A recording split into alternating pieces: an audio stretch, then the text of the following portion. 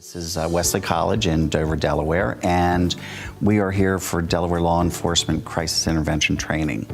This is hosted by NAMI Delaware, the National Alliance for Mental Illness. This is designed to train law enforcement officers how to engage people who are in a mental health crisis with the objectives of having better outcomes. Hopefully reducing the number of people that get arrested, so diverting people from the criminal justice system, increasing the number of people who get connected to treatment resources and support resources, and thereby reducing the amount of use of force that occurs and the chance of injury to anyone. Patrick has been volunteering to come to class and share his story of his lived experience. And why that is so critical is officers need to see beyond a diagnosis. People need to be able to see beyond the terms that we use and see the humans that live with mental illness, the hope of being able to live in recovery. So often what officers see is when people are in crisis, and that kind of skews their whole perception of people living with mental illness.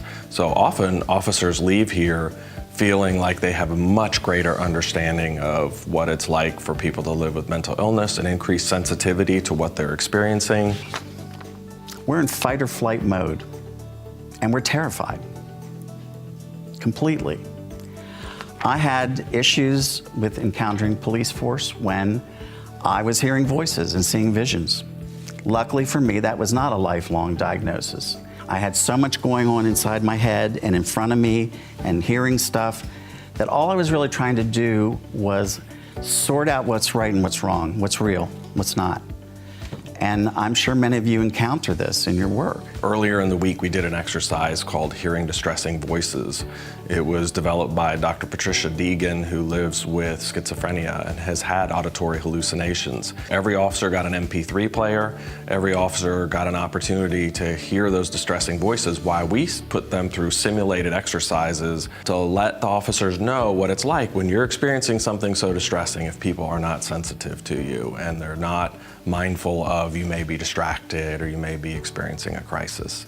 And they walk away from that every time saying they will never interact with someone again with mental illness the same way. The biggest thing is, for many years, for decades, officers weren't trained in anything related to mental health or mental illness, and they didn't get a lot of training in how to de-escalate. They were trained in how to use command and control to resolve situations. And what we've learned over time is while there's a place for that, there's also a time where de-escalation strategies can be very helpful. NAMI is amazing, first of all, and Dr. Josh Thomas, who's the director, has been a good friend in a working relationship with us. As a peer, again, I just think it's a really great chance to have a voice.